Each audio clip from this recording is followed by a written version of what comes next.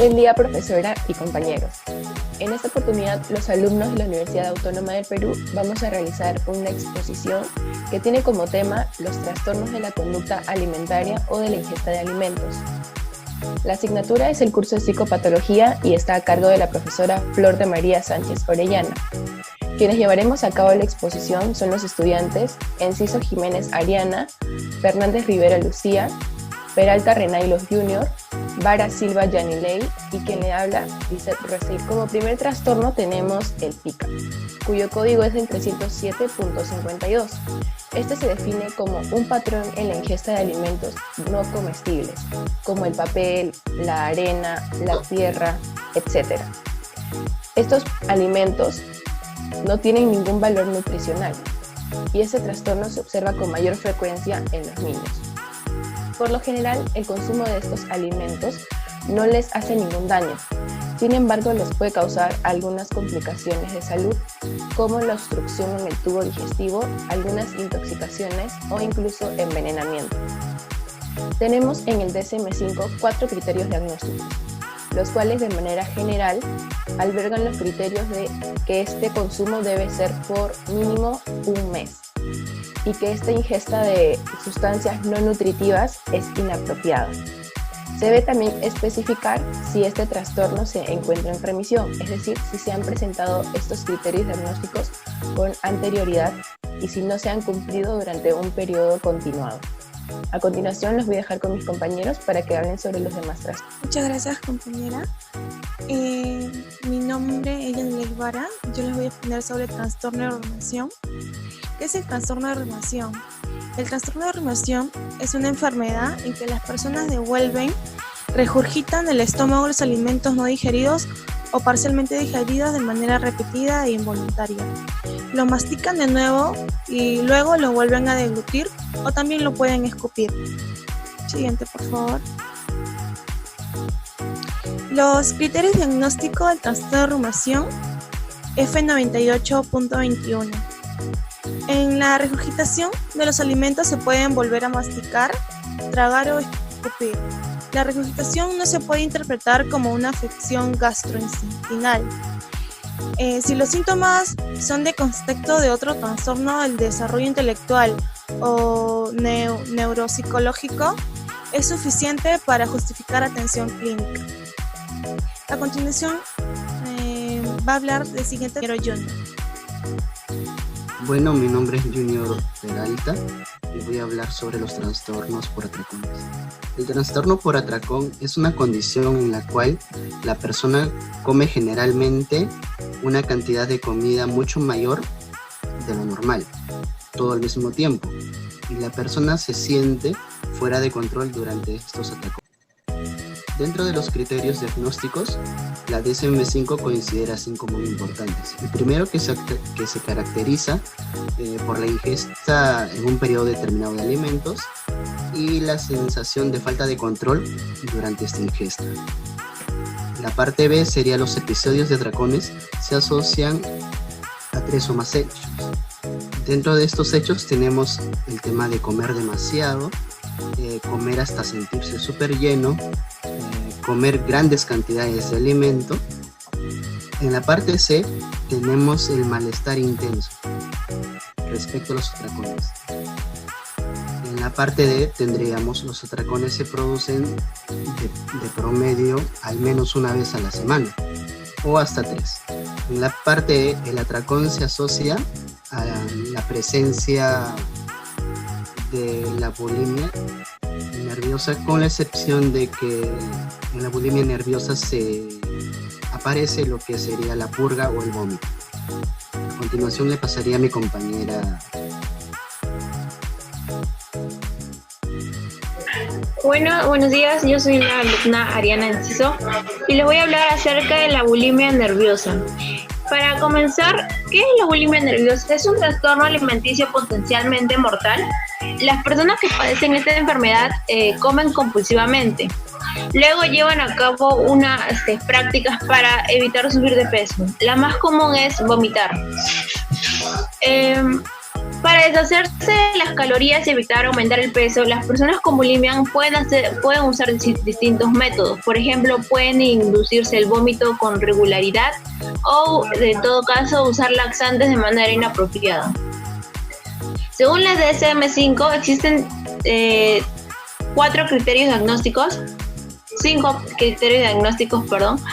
y se dice de que la bulimia nerviosa se caracteriza por 2 hechos siguientes. Uno de ellos es la ingestión, que es un periodo determinado que dura dentro de un periodo cualquiera de 2 horas, de una cantidad de alimentos que es claramente superior a la que la mayoría de las personas ingerirían. La segunda es la sensación, la falta de control sobre lo que la persona ingiere durante este episodio. Otro criterio diagnóstico sería los comportamientos compensatorios inapropiados de las personas, el cual lo hacen para evitar el aumento de peso. Asimismo, lo que hacen es el vómito autoprovocado. El siguiente criterio diagnóstico sería que los atracones y los comportamientos compensatorios inapropiados se producen de promedio, al menos una vez a la semana durante 3 meses. La autoevaluación se ve indebidamente influida por la constitución y el peso corporal. Y por último, la alteración no se produce exclusivamente durante los episodios de anorexia nerviosa. Buenos días, mi nombre es Lucía Fernández y voy a hablarles acerca de la anorexia nerviosa, la cual se caracteriza por una restricción de la ingesta alimentaria, lo que da lugar a la pérdida de peso, que se mantiene por debajo del mínimo esperable para la edad, ya sea para niños o adolescentes. Asimismo, también se define como el miedo intenso a engordar, comportamientos persistentes que interfieren en el aumento de peso, inclusive si la persona tiene un peso bajo. Las personas que padecen de anorexia nerviosa pueden presentar regurgitación, lo cual se caracteriza por escupir los alimentos como sistema para perder calorías ingeridas. Ok, sí. Ahora voy a hablar sobre el trastorno de la conducta alimentaria o ingesta de alimentos especificado. Esta categoría solamente se aplica a presentaciones en las que predominan algunos síntomas característicos de una ingesta que causa malestar clínico de manera significativa. Sin embargo, no cumple con los criterios de ninguno de los trastornos anteriormente mencionados. Entre estos tenemos la anorexia nerviosa atípica. Aquí se cumplen con todos los criterios excepto con el peso y el índice de masa corporal. El segundo sería la bulimia nerviosa. También se cumplen con todos los criterios excepto que los atracones o comportamientos compensatorios inapropiados se producen menos de una vez a la semana o durante menos de 3 meses. En el tercero tenemos los trastornos de atracones. De igual forma, se cumplen con todos los criterios, excepto que los atracones y comportamientos compensatorios inapropiados se producen menos de una vez a la semana o durante menos de 3 meses. Como cuarto, tenemos el trastorno por purgas. Este es un comportamiento de purgas recurrentes para influir en el peso o constitución. Por ejemplo, el vómito autoprovocado, el uso incorrecto de laxantes o diuréticos, entre otros, en ausencia de los atracones. Como último tenemos el síndrome de la ingesta nocturna de los alimentos. Estos son episodios recurrentes de ingesta de alimentos por las noches. Se manifiestan por la ingesta de alimentos al despertar o por un consumo excesivo de alimentos después de cenar. En este síndrome existe conciencia y recuerdo de la ingesta. No se explica por influencias externas como cambios en el ciclo del sueño o normas sociales. Y además, esta ingesta causa malestar significativo, ya sea de manera social o laboral. No se explica mejor por el trastorno de atracones u otro trastorno mental y no puede atribuirse a otro trastorno clínico o efectos de alguna medicación. Sí, continuando con la exposición, el trastorno de la conducta alimentaria y de la ingesta de alimentos no especificado F50.9 sobre los criterios diagnósticos según la DSM-5. Los síntomas de un trastorno de la conducta alimentaria o de la ingesta de alimentos pueden causar malestar clínicamente significativo o deterioro en lo social, laboral u otras áreas importantes del funcionamiento. No todos cumplen con los criterios de ningún de los trastornos de la categoría diagnóstica, los trastornos de la conducta alimentaria de la ingesta de alimentos. La categoría del trastorno de la conducta alimentaria o de la ingesta de alimentos no especifica si se utilizan situaciones en las que el clínico opta por no especificar el motivo de incumplimiento de los criterios del trastorno de la conducta alimentaria. También incluye presentaciones en las que no existe suficiente información para hacer un diagnóstico más específico, como por ejemplo los servicios de urgencias. Con este último trastorno estaríamos concluyendo la parte teórica de nuestra exposición y ahora presentaremos la parte práctica y la de personificación.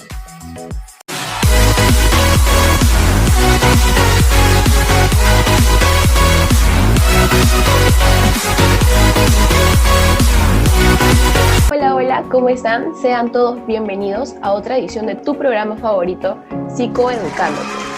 Yo soy Lizeth Ruesta y junto a mi compañero Junior Peralta estaremos dedicando estos minutos para informarte de manera breve pero muy significativa sobre un tema que consideramos muy importante. ¿Cierto, Junior? Sí, compañera Ruesta, efectivamente.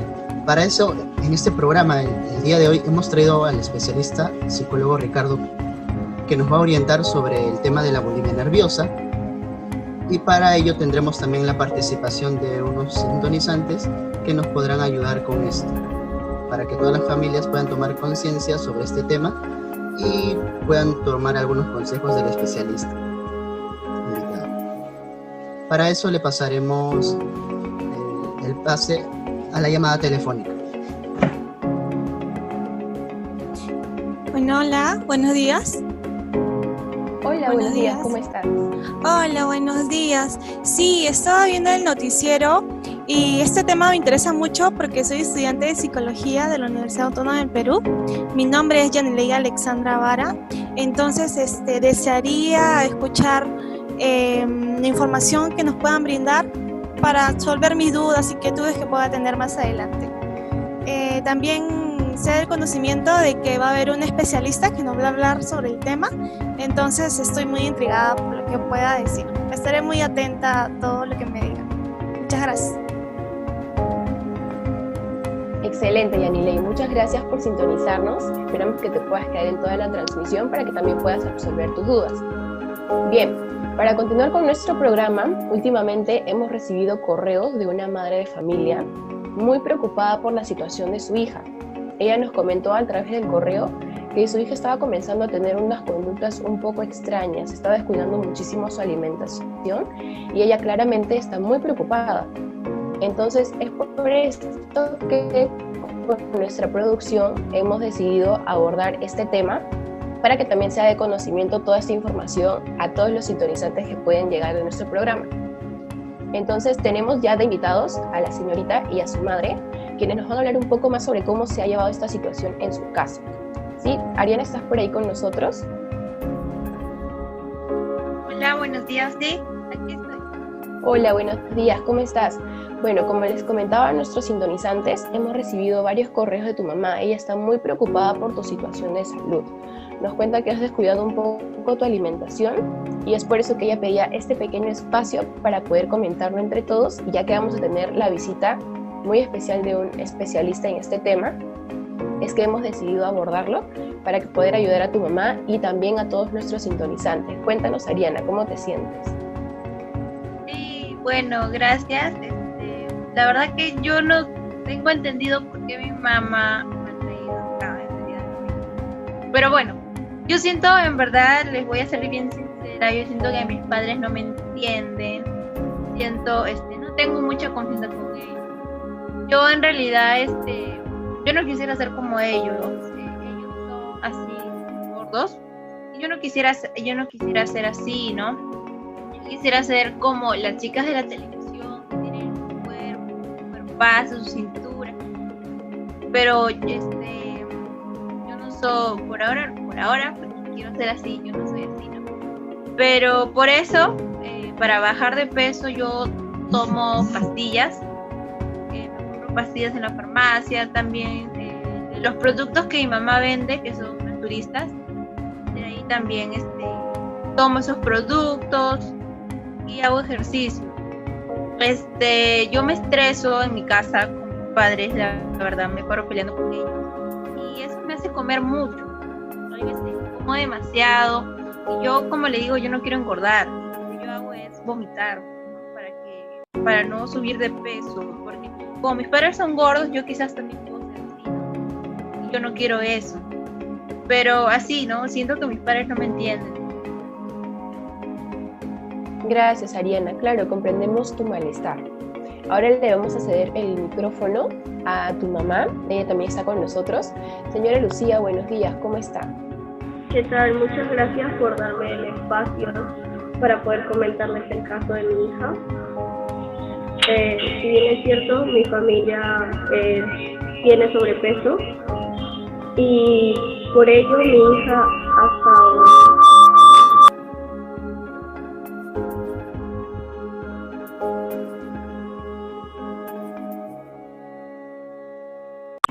Yo creo que se va a cortar la línea. Ariana. Ok, Ariana, muchas gracias por compartirnos un poco sobre cómo te estás sintiendo también. Comprendemos tu malestar. Ahora también tenemos aquí en nuestro programa a tu mamá. Ella fue quien nos envió el correo manifestando su preocupación por tu salud. Entonces, señora Lucía, buenos días, ¿cómo está? ¿Qué tal? Buenos días. Muchas gracias por permitirme estar acá y haber respondido el correo que les envié. Como les estuvo comentando mi hija, mi familia es de sobrepeso y últimamente he tenido muchos problemas con mi hija Ariana, ya que ha estado consumiendo los productos que yo vendo. También ha estado ingiriendo muchos alimentos y hemos estado vomitando. Y está sufriendo de ansiedad actualmente por problemas que tenemos en casa. Entonces no me gustaría seguir viéndola así y quisiera hacerle algunas preguntas al psicólogo que me puede recomendar o qué medidas tomar respecto a esto, ¿no? Muchas gracias. Gracias a ti, Lucía, por tu participación y por sintonizarnos también. Sí, de hecho vamos a tener la visita y la participación de un especialista. Esperamos que con la información que pueda brindarte podamos ayudarte de alguna forma. Bueno, para pasar con la siguiente etapa de esta bonita transmisión, vamos a hacerle las preguntas al especialista Ricardo, que es muy dedicado a este tipo de temas, ¿no? Y vamos a empezar primero con que nos pueda brindar de repente un concepto, algo así sintético sobre el tema de la bulimia nerviosa, ¿no? Y ver cómo esto afecta a las familias. Y también que nos mencione sobre los síntomas que una familia debe identificar para poder tratar este tipo de problemas. Buenos días con todos y con todas. Agradezco la invitación que me han hecho a participar en esta reunión y ver algunos problemitas que tenemos con la bulimia.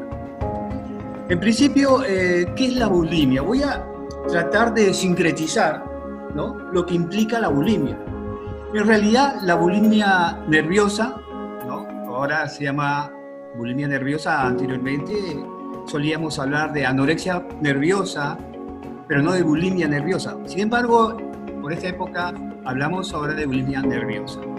En realidad, esta bulimia nerviosa es un trastorno de conducta alimentaria, ¿correcto? Hasta ahí todos sabemos eso, ¿no? En sí la bulimia deriva, ¿no?, del griego y significa hambre de buey, ¿no?, refiriéndose a que ese animal obviamente es muy hambriento. Proviene de los términos limos, que significa hambre, y bol, que significa buey, o boú, que significa gran cantidad, ¿correcto? Entonces podemos sacar conclusiones de que obviamente la bulimia es un hambre exacerbado, ¿no es cierto?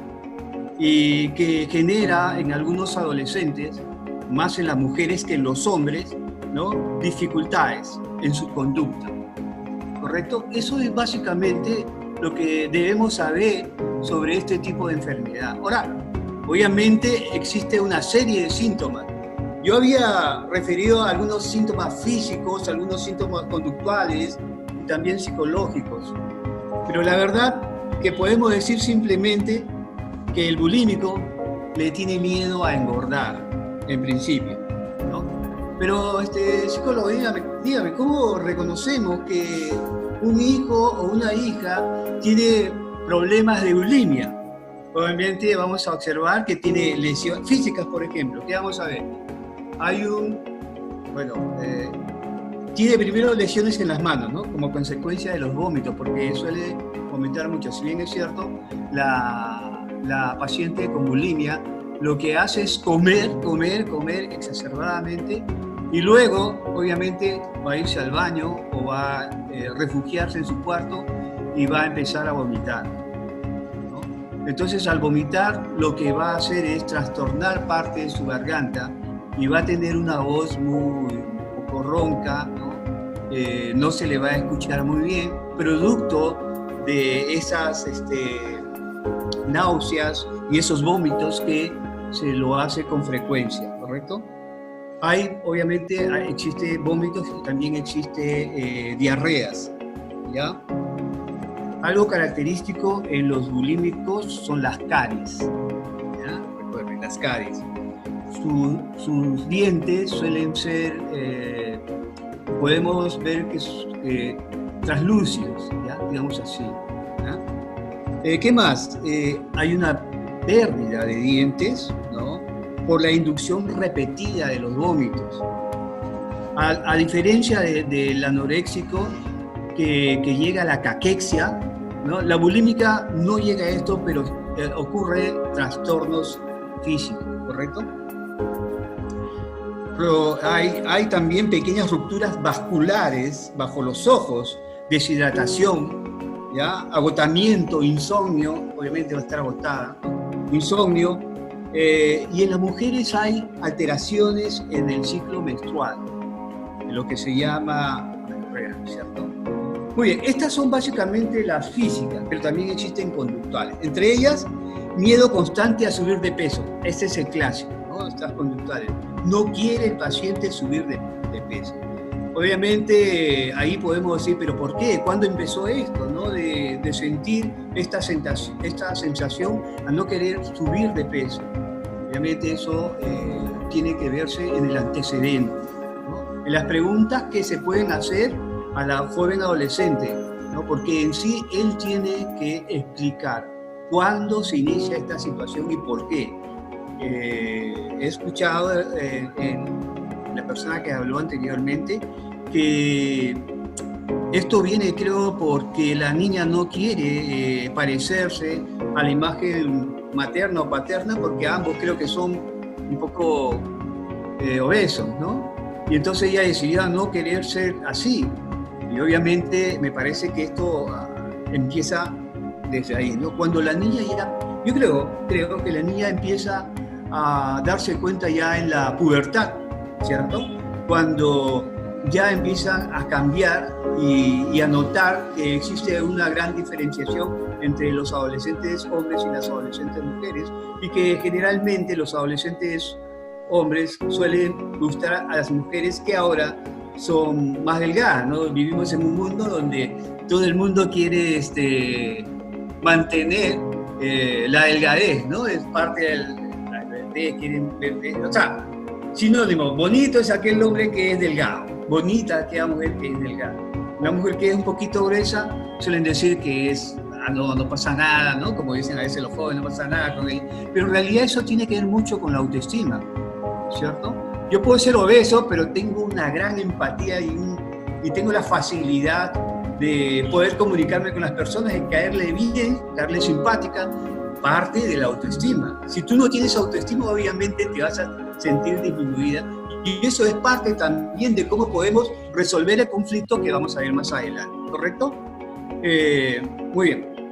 Ya hemos visto algo, conductuales decía, ¿no?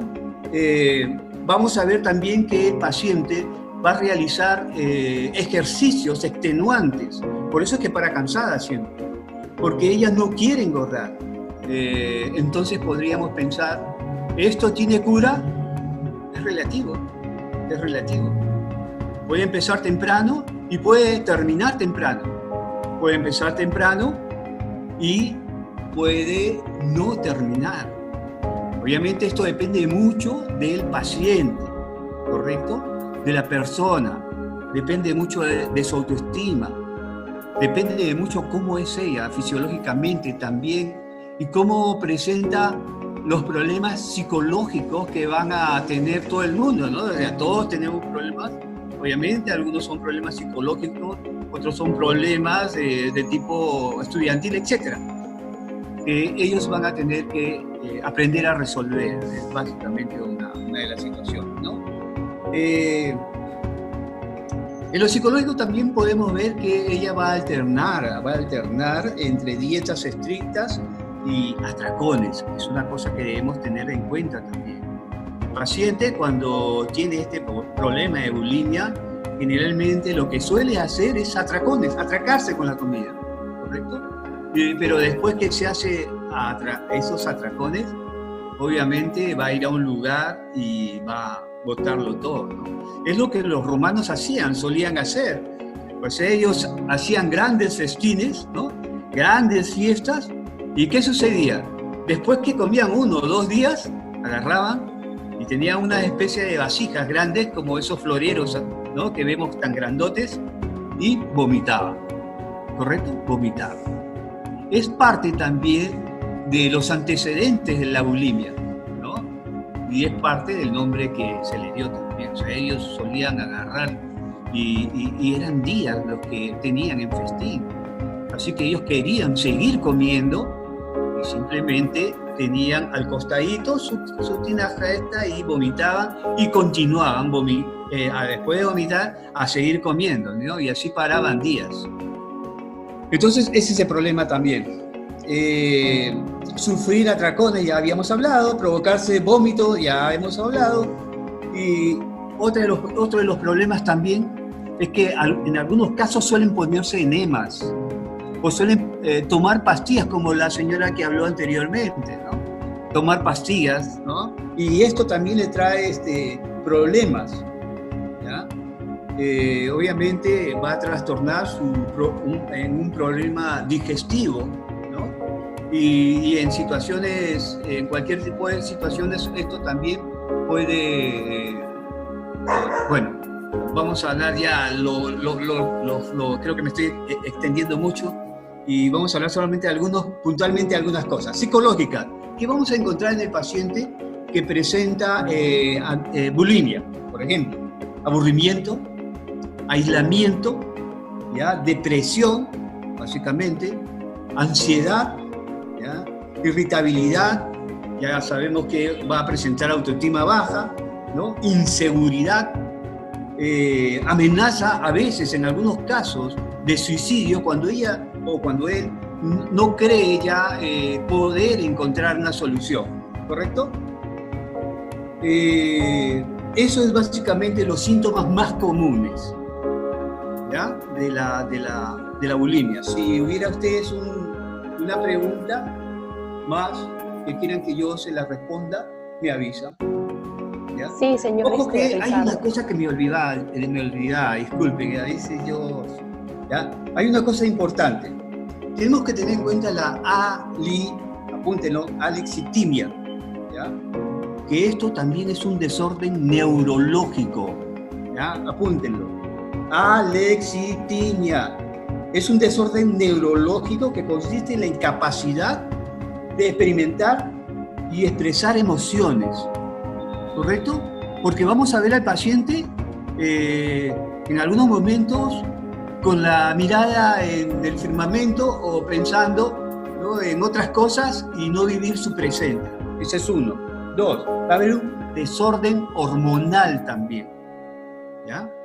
Y también, básicamente, en algunos casos va a haber una predisposición genética, ¿correcto? Eso hay que tener en cuenta. Ya hemos visto que en lo psicológico pues, va a tener una baja autoestima, ¿no? Va a tener una imagen corporal distorsionada, a veces, bueno, ellos se van a sentir feos, tiene que ver con la autoestima, obviamente, ¿no? Va a tener la necesidad de que sus amigos o amigas lo quieran, lo estimen, lo valoren, lo acepten. Sí, doctor. Buenos días. Yo tengo una pregunta. Buenos días. Sí, dígame, estoy para ayudarle. Con respecto al tema de la bulimia nerviosa, ¿Cuánto ¿Sí? tiempo puede durar el tratamiento en una paciente? Le digo que eso depende mucho del paciente, ¿no? El paciente primero tiene que darse cuenta del problema que tiene, de la situación que vive, ¿ya? Él tiene que poner atención en lo que está viviendo, ¿no? En los cambios que está existiendo. En realidad lo que ellos necesitan es ser tratados, ¿ya? Con afecto, ¿no? Y comprensión. Pero ¿qué solemos hacer algunos padres? ¿Qué te pasa? ¿Qué tienes? ¿Eres una loca o esto, lo otro? ¿Te voy a llevar al psiquiatra? ¿No? No sirves para esto, no sirves para el otro. Entonces esto lo que genera es que tenga más problemas.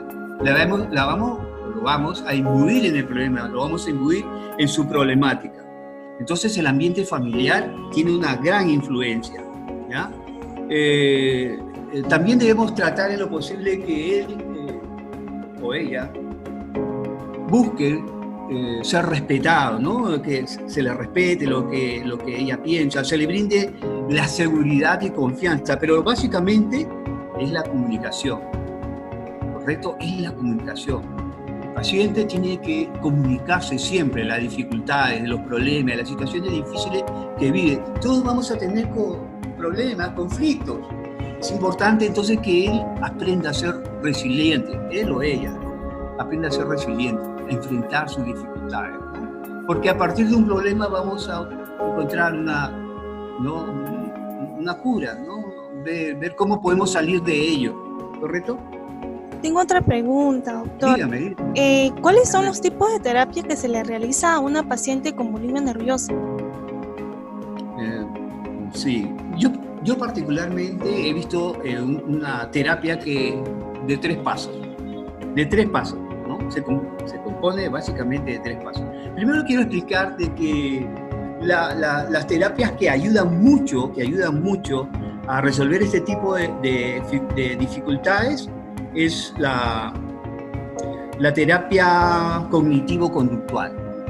Ayuda, y creo que la Universidad Autónoma le dan importancia a este tipo de terapia, ¿no? Como, por ejemplo, yo soy villarrealino y estudié en Villarreal, y entonces en el tiempo que yo estudiaba le daban importancia al psicoanálisis y al conductismo, ¿no? Obviamente había otro tipo de terapias, el funcionalismo, la gestalt, bueno, una serie de terapias, pero se ha visto que para este tipo de dificultades, entonces, cognitivo-conductual. Muy bien, primero ¿qué debemos tener en cuenta para una terapia? Le había dicho que solamente yo trabajo 3 puntos. Primero, se le explica al paciente el motivo de su enfermedad, ¿ya? Se le explica los problemas, los riesgos, los peligros que puede, si no trata de buscar la cura, puede ella tener, ¿no?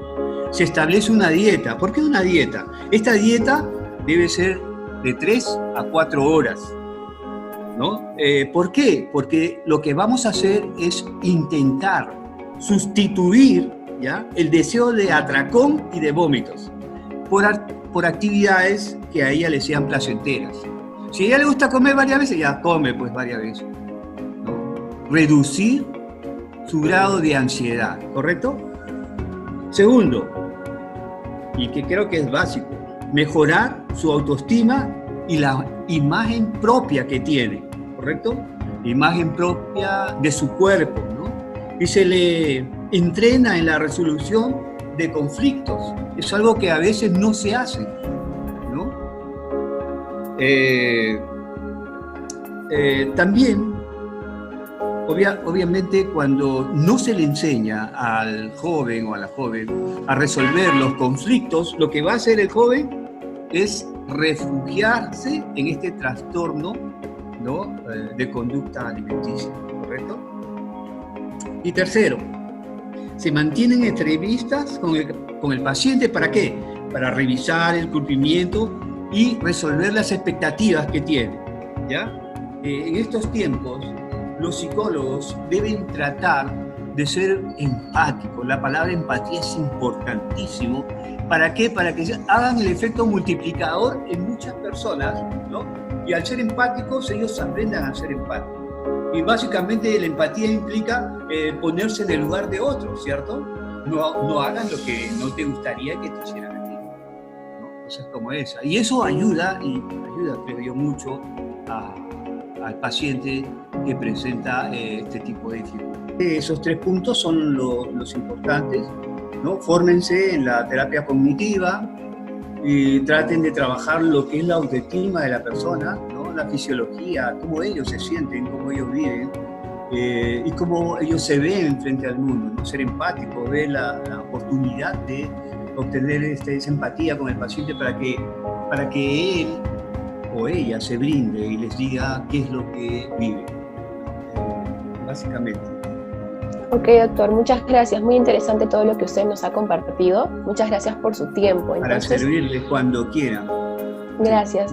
A manera de conclusión, podríamos decir que en un contexto de familia, un contexto de vida diaria, podríamos decir que los factores protectores para evitar que se propaguen este tipo de trastornos vendrían a ser comunicación con nuestros hijos, la empatía, sobre todo, muy importante, reforzar el autoestima, también me parece que usted mencionó, y la parte del afecto, también, que cumple un rol muy importante. Entonces, creo que con eso estaríamos cerrando la entrevista. Nuevamente agradecerle por su tiempo a la señora Lucía. Esperamos poder haber podido absorber sus dudas o haber resuelto algunas inquietudes que usted tenía para con su hija, y esperamos también al estudiante Yanile Ibarra. Muchas gracias por sintonizarnos, por realizar tus preguntas. Y con nosotros será hasta otra oportunidad. Para otra edición nos encontramos.